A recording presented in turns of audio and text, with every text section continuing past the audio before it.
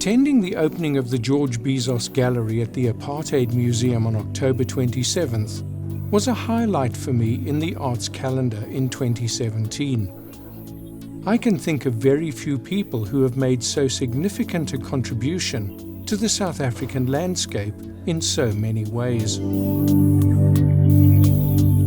in Kirani in Greece in 1928, he arrived in Durban in South Africa as a 13-year-old refugee together with his father. Studying law at the University of the Witwatersrand and completing his degree in 1950 set the stage for a lifelong passion for human rights. He was admitted to the bar in 1954.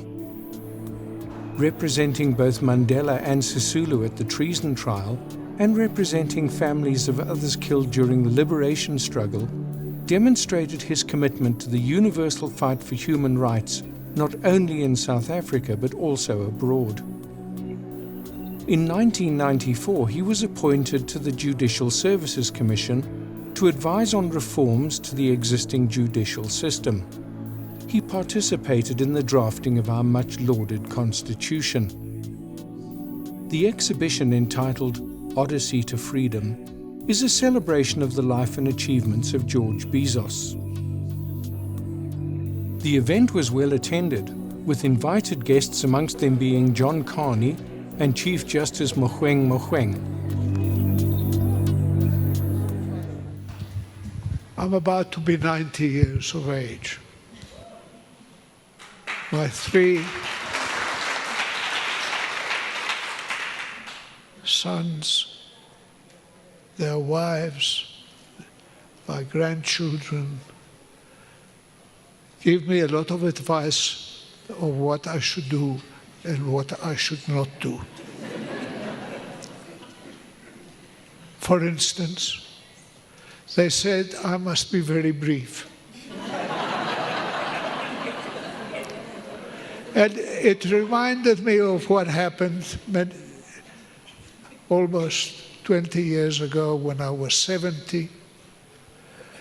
The Legal Resources Center gave me a party.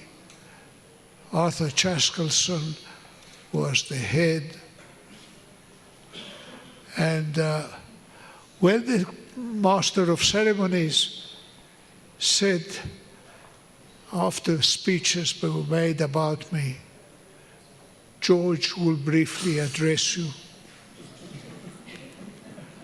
My good friend, Arthur Chaskelson, from our student days, interrupted him and said, to say that George will be brief is a contradiction in terms.